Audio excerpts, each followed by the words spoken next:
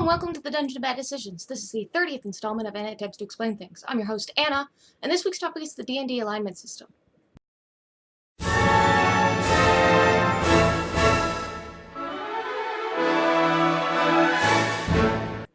So the traditional Dungeons & Dragons alignment system is a helpful way for both players and DMs to determine and predict character action, interaction, and reaction. If a PC is faced with a certain situation, such as rescuing a strange NPC, it is helpful to know if they are evil or good or neutral, because each moral alignment determines whether they're likely to help the NPC, kill them, or just ignore them.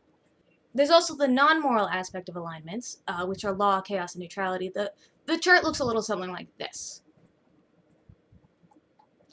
And then we're going to throw it over here. So, one of the major problems with this system is that it can be very open to interpretation. This leads to things like people referring to lawful good as lawful stupid. As a frequent and frankly moronic interpretation of that alignment is that the law is good, and therefore I shall follow the law even when it causes me to do blatantly not good things, such as the murder of innocents. I'm not kidding, that actually happens. There's also the fact that true neutral is a very difficult alignment to play properly, and people often wind up playing it identically to chaotic neutral, which is frustrating. So basically, here's my best interpretation of the alignments. Lawful good. You have a strict moral code, so you will never do evil or permit evil to occur. This has nothing to do with the laws of whatever country you may be in or from. Just want to emphasize that. Lawful neutral. You have a personal code. It is neither all good, nor is it all evil.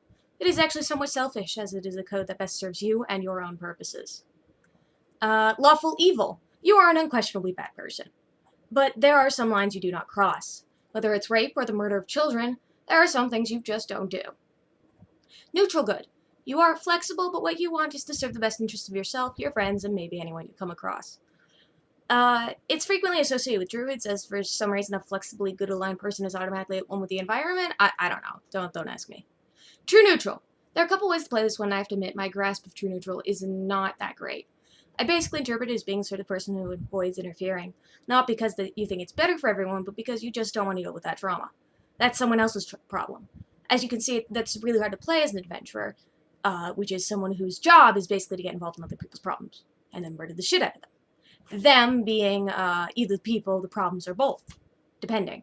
Murder hobos. Neutral evil. You're out for yourself and nobody else. You may not have limits, but you're also not here for the express purpose of fucking shit up. Chaotic good.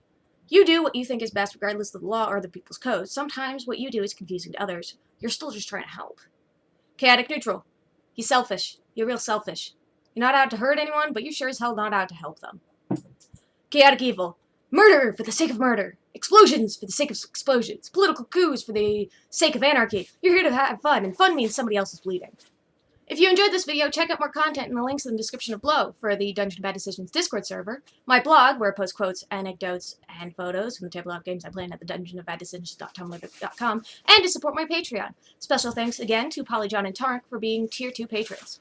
Click here to check out the rest of the series, and don't forget to like and subscribe. Roll 20s, y'all!